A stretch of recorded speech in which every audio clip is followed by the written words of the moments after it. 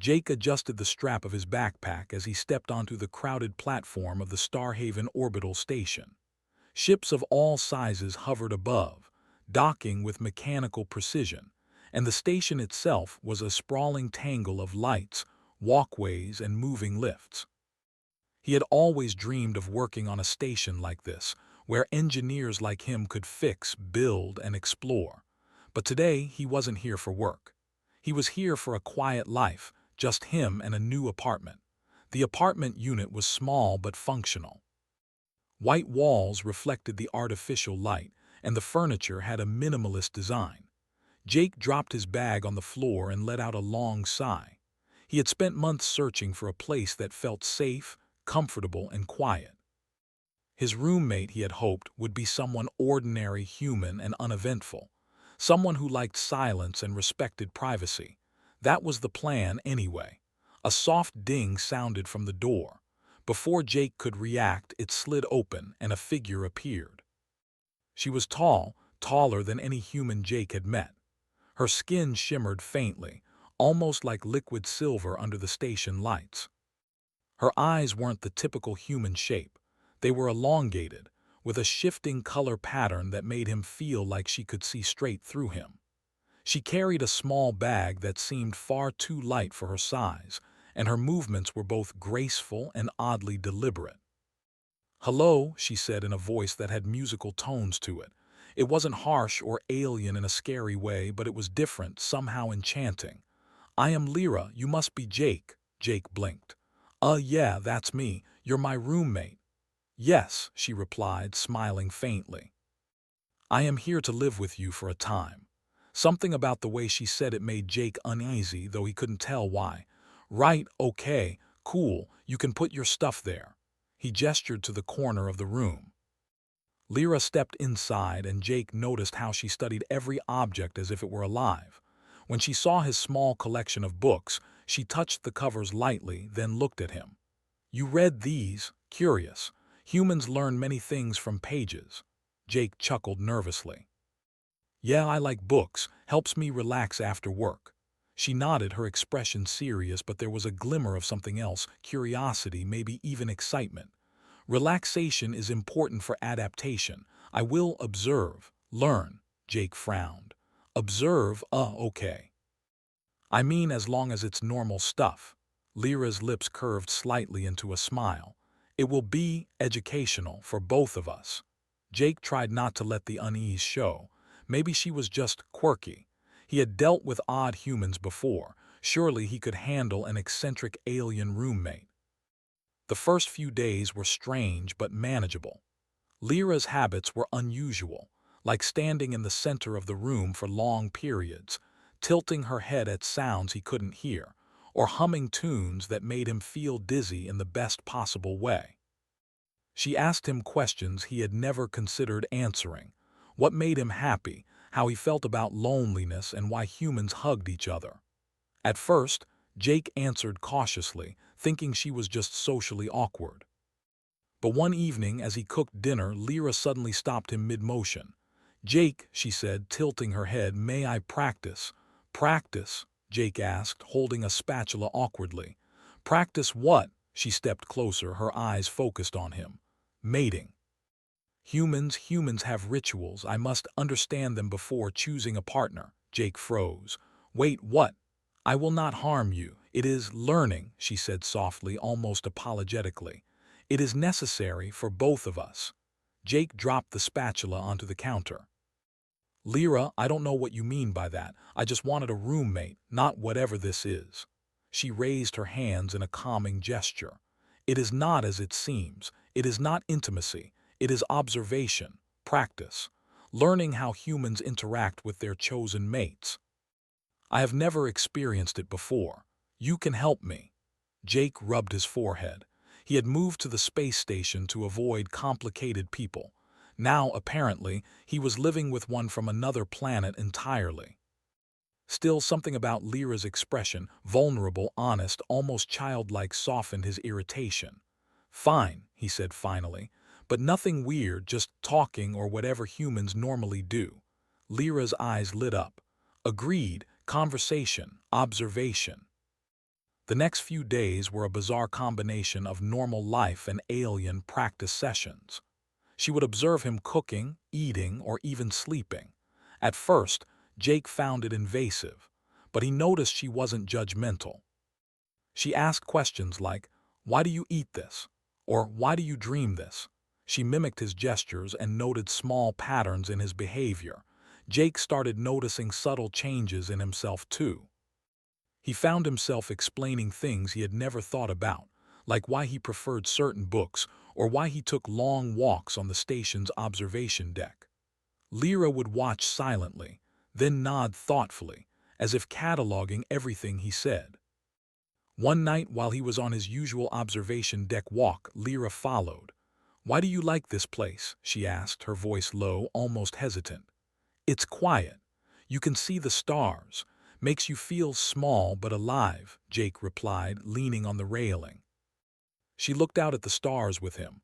"I do not feel small, but I see what you mean. It is calming. Humans have a way of making stillness alive." Jake laughed. "You talk funny sometimes." She turned toward him, smiling faintly.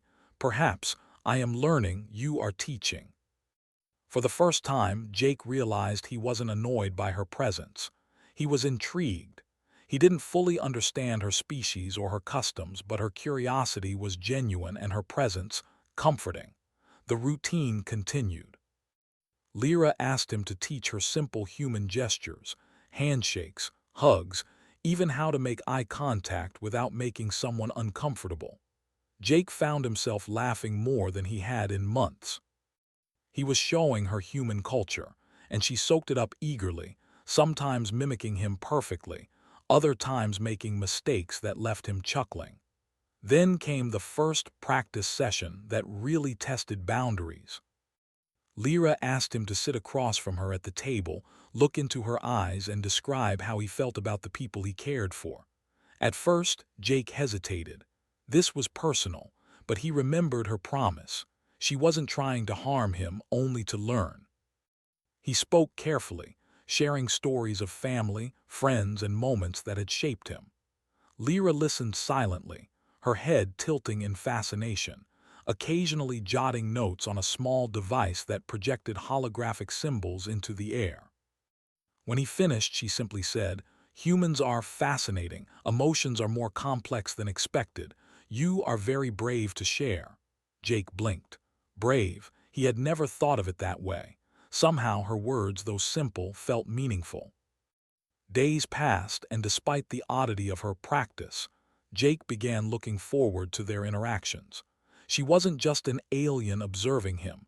She was learning from him and he from her.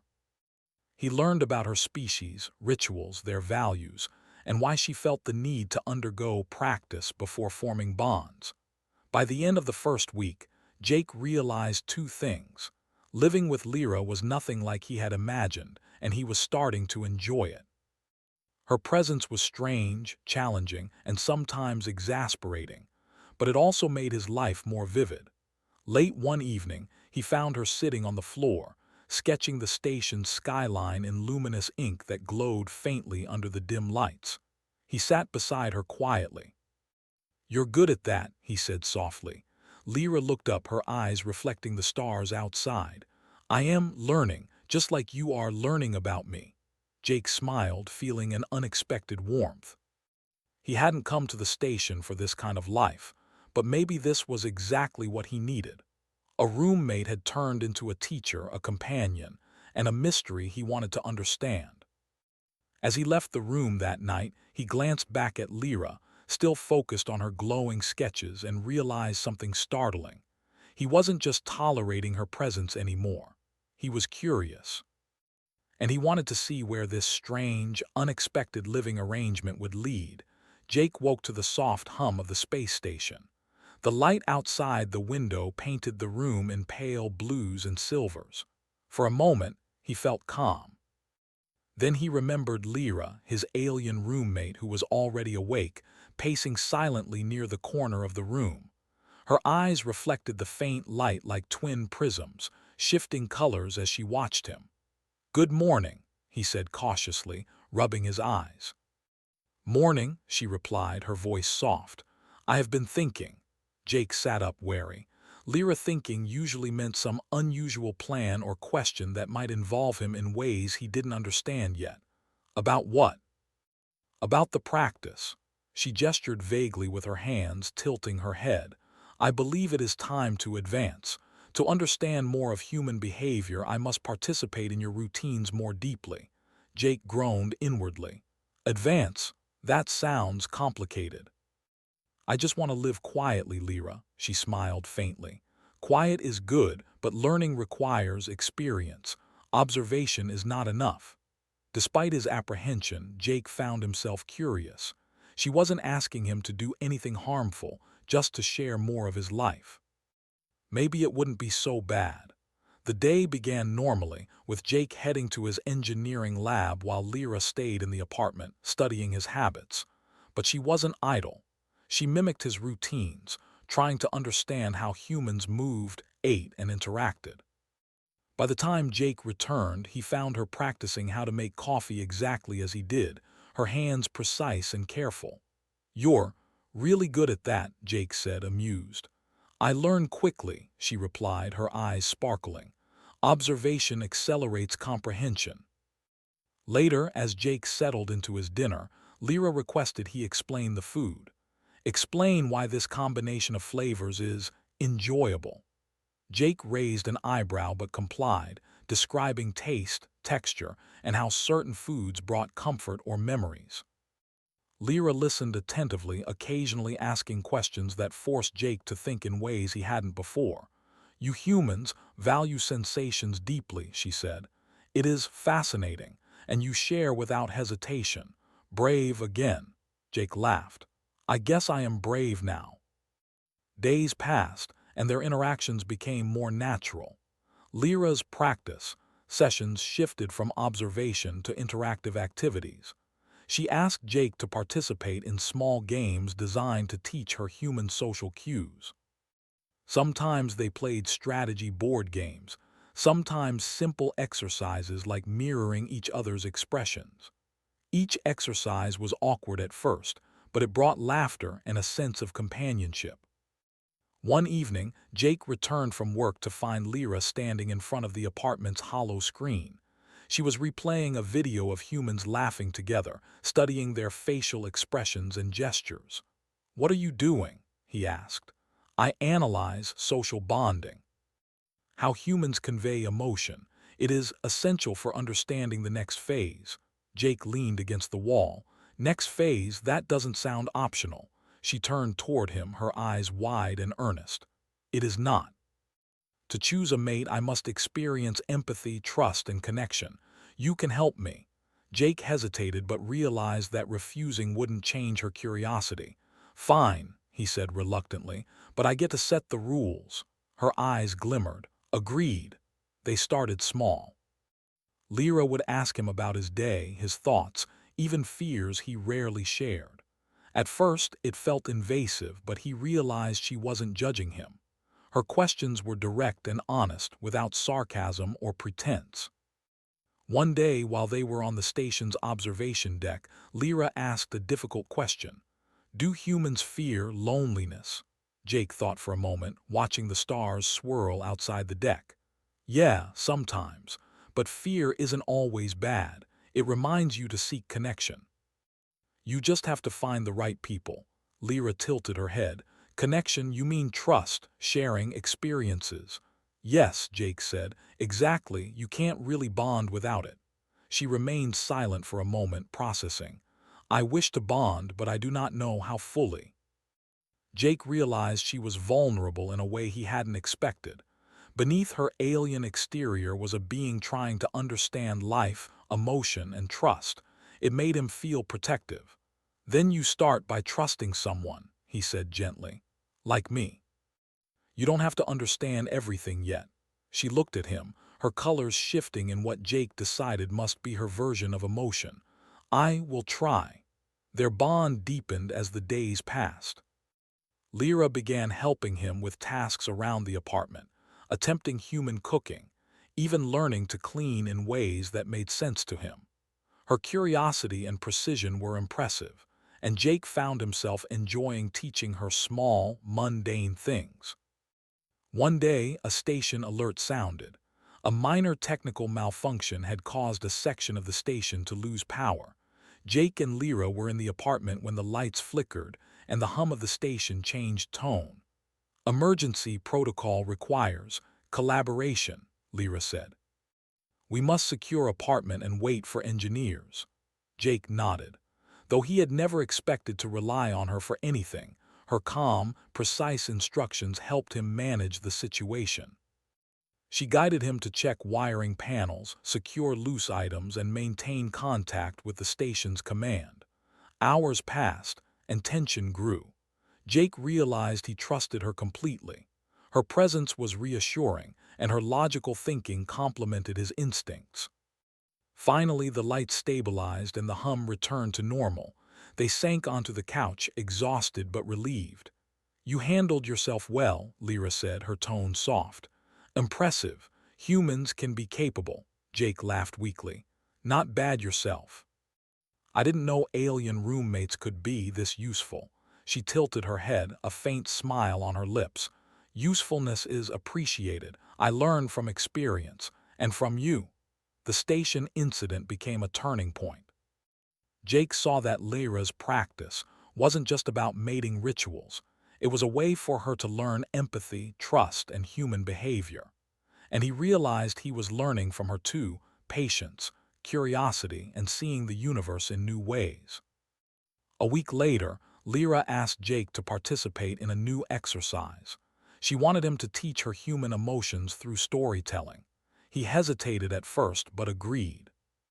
Sitting on the floor together, he recounted moments from his childhood, adventures at school, and his first experience on the station. Lyra listened intently, occasionally asking clarifying questions. "You feel deeply," she said when he finished. "It is admirable. Humans are complex. Your bonds, your experiences, they teach me more than observation alone." Jake felt warmth in her words. It was one thing for a human friend to praise him. It was another to hear an alien, unfamiliar with emotions, recognize the depth of human life. Over time, he began noticing subtle changes in her. She laughed more naturally, made jokes, and even initiated small gestures of kindness. Bringing him food she had cooked herself, adjusting his workspace, or simply sitting silently beside him during quiet moments. One night, as Jake returned from a late shift, he found Lyra sitting by the window, gazing at the stars. "You seem thoughtful," he said, leaning against the frame. "I am learning reflection," she replied. "Humans consider the past to understand the future. I wish to comprehend fully." Jake joined her, their shoulders nearly touching. "It's not easy," he said softly, "but it's worth it." She looked at him, colors shifting subtly. "I believe you are teaching me more than I imagined, not just about humans, but about trust. About friendship, perhaps more." Jake felt a twinge of nervous excitement. He hadn't expected this. What began as awkward practice had grown into something deeper, a connection neither of them fully understood yet, but both were willing to explore. The part ended with the station quietly humming around them, the stars stretching endlessly outside. Jake and Lyra sat side by side, sharing a moment of silence. For the first time, Jake realized that living with Lyra wasn't just strange or challenging, it was meaningful. And whatever came next, he was ready to face it with her. The next morning, Jake woke to the familiar hum of the space station, feeling a sense of calm he hadn't known before. Living with Lyra had changed his routine in ways he hadn't anticipated. He wasn't just getting used to her presence. He found himself anticipating it, even enjoying it. The apartment no longer felt like a temporary living space. It felt like a shared world, small but full of life. Lyra was already up, sitting at the table with a small device that projected holographic symbols into the air. She looked up as he entered, her eyes reflecting a mixture of curiosity and seriousness. "Jake," she said, "today we advance to final exercises." Jake hesitated, leaning against the doorframe. "Final exercises. You mean more practice, she nodded. Yes, observation and interaction have been enlightening, but to understand humans fully, I must experience deeper connection. This will require trust and understanding of emotion. Jake rubbed the back of his neck. He had expected this day eventually, but now that it was here, he felt nervous. Yet he also felt something else. He trusted her. He knew she wouldn't harm him and that she was sincere. All right, he said finally. Let's do it. The first exercise was simple in concept but profound in effect. Lyra asked him to share his deepest fears and dreams, not just in words but in small gestures, showing how he reacted physically and emotionally to memories and thoughts. Jake felt exposed, but as he spoke about his past, his struggles on Earth and his aspirations on the station, he noticed Lyra wasn't just watching. She was absorbing, reflecting, and even responding with subtle empathy. "You are resilient," she said quietly. "Humans carry much within themselves, and yet you remain hopeful. It is admirable." Jake smiled, feeling warmth in her words. "Thanks, I've had to learn that. Life is unpredictable and sometimes you just have to face it." Lyra tilted her head, colors in her eyes shifting softly. "I understand better. Emotion is not weakness as I had believed. It is guidance, connection." After this exercise, they moved to shared activities designed to teach Lyra human social bonding in real situations. They went to the station's marketplace, where humans and aliens mingled freely. Lyra observed others interacting, then mirrored their gestures, attempting to converse with both human and alien merchants. She made mistakes, of course, mispronouncing words, misunderstanding idioms, but Jake guided her gently, correcting without judgment. "See," he said as she finally managed a polite greeting to a shopkeeper. "You're learning fast." "I am learning," she replied, a hint of pride in her voice. "With guidance, understanding is possible." They spent the day performing small tasks together, buying supplies, assisting a lost alien child, and helping an engineer repair a malfunctioning drone. Each task taught them both patience, coordination, and mutual trust. Jake realized that Lyra's practice wasn't just about learning him. It was about learning how humans navigated the world and built relationships. Later, they returned to the apartment. Jake was exhausted but satisfied, and Lyra seemed almost radiant in her focus and energy. She proposed the final exercise, a trust challenge. "You must allow me to guide you entirely," she said. "I will observe your reactions, decisions, and choices. You must rely on me fully." "It is crucial for understanding compatibility." Jake raised an eyebrow. "You want me to let you lead me?" "Yes," she said softly, "completely, no hesitation, no interference, only trust." Jake hesitated, considering. But then he looked at her and he realized he trusted her completely. "Okay," he said, "I'll do it." The exercise took them to a secluded section of the station, a simulation room designed for training. Lyra guided him through a series of challenges, navigating zero-gravity obstacles, responding to unexpected hazards, and solving complex problems under pressure. Jake noticed how seamlessly they complemented each other. Her analytical mind anticipated issues he hadn't considered, while his instincts solved problems she couldn't predict. "You adapt quickly," she said as he dodged a falling object. "Humans remarkable, and you trust me. It is essential." Jake laughed, adrenaline coursing through him. "You're not so bad yourself, Lyra." By the end of the simulation, they had completed every challenge. Exhausted but exhilarated, they collapsed on the floor, their bodies closed in a way that felt natural, safe, and comforting. For a moment neither spoke. The silence was warm, filled with unspoken understanding. Finally, Lyra broke the silence. "Jake, you have taught me much. About humans, about emotion, about trust. I no longer require further practice." Jake blinked. "You mean you're done?" She nodded, her colors shifting softly in the dim light. "Yes, I understand. You are different, special. The bond we share is sufficient. I choose to continue with you." Jake felt a strange mix of relief and joy.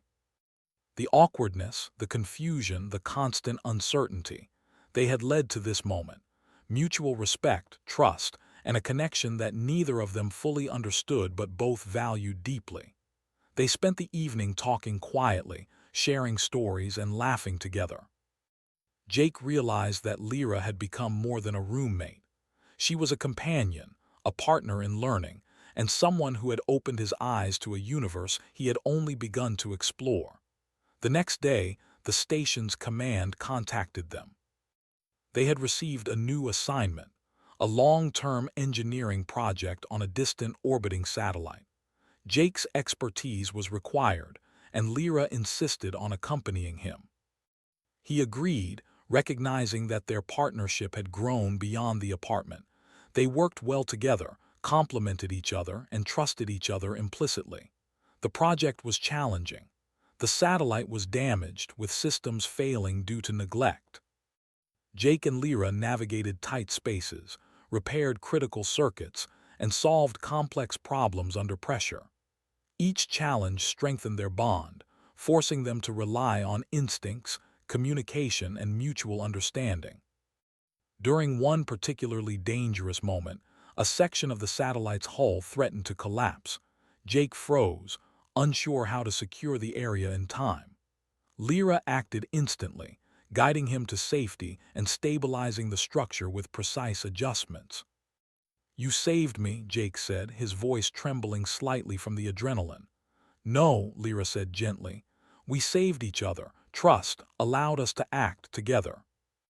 As they floated in zero gravity, their hands brushing, Jake realized that Lyra's practice had transformed into partnership.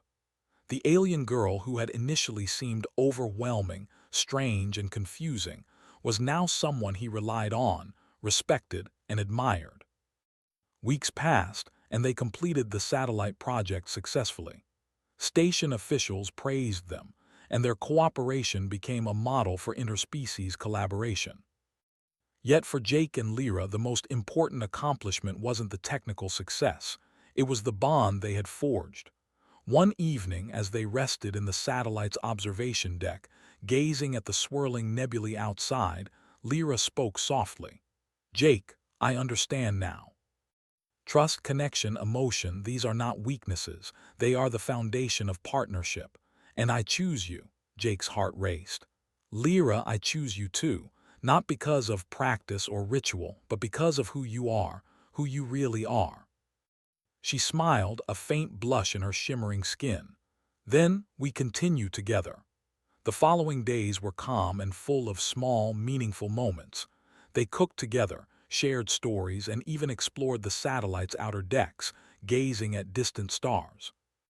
Jake found himself laughing more, thinking more deeply, and appreciating life in ways he hadn't before. Lyra, in turn, learned more about human behavior, emotion, and connection, not as an observer but as a participant. By the time they returned to Starhaven Station, their relationship had shifted naturally. They were partners, companions, and friends, bound not by ritual but by shared experiences, trust, and understanding. Jake realized he had found something extraordinary, a bond with someone completely different, yet profoundly connected to him. Late one night, back in their apartment, Jake and Lyra sat side by side on the observation deck, looking out at the stars. "You know," Jake said, "I came here just wanting a quiet place to live." Lyra's eyes shifted, reflecting starlight. "And yet you found far more: connection, partnership, perhaps love." Jake laughed softly. "Yeah, something like that." She leaned slightly closer, her presence warm and comforting. "I am glad.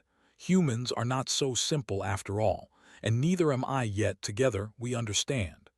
Jake smiled, feeling a contentment he had never known.